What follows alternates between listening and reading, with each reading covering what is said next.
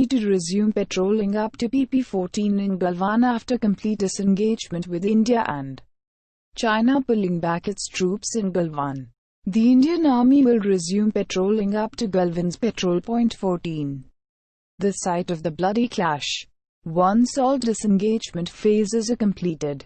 Sources have told India Today TV that patrolling up to PP14 in Galwan will restart after verification on the line of actual control. Ladakh. Joint verification of relocation camps will be done to see that landform is restored and to build trust. The sources added. Till now, India was patrolling up to patrolling point 14. The present restriction, however, was imposed after India and China agreed to avoid friction and violent incidents. To avoid any escalation, both sides agreed to create a minimum buffer zone of 3 kilometers in the area around Galwan River. In first signs of disengagement, the Chinese troops on Monday removed tents and pulled back by around a kilometer from the area around PP14 in the Galwan Valley.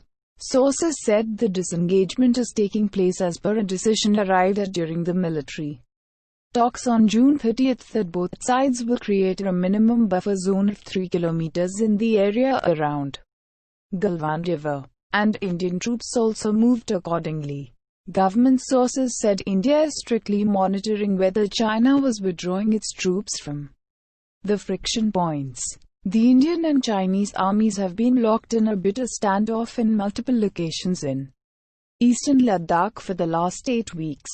The tension escalated manifold after the killing of 20 Indian soldiers in Galwan Valley.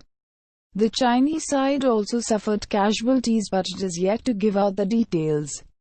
Both sides have held several rounds of diplomatic and military talks in the last few weeks to ease tension in the region. On June 30, the Indian and Chinese armies held the third round of LT general level talks, during which both sides agreed on an expeditious, phased and stepwise escalation as a priority to end the standoff.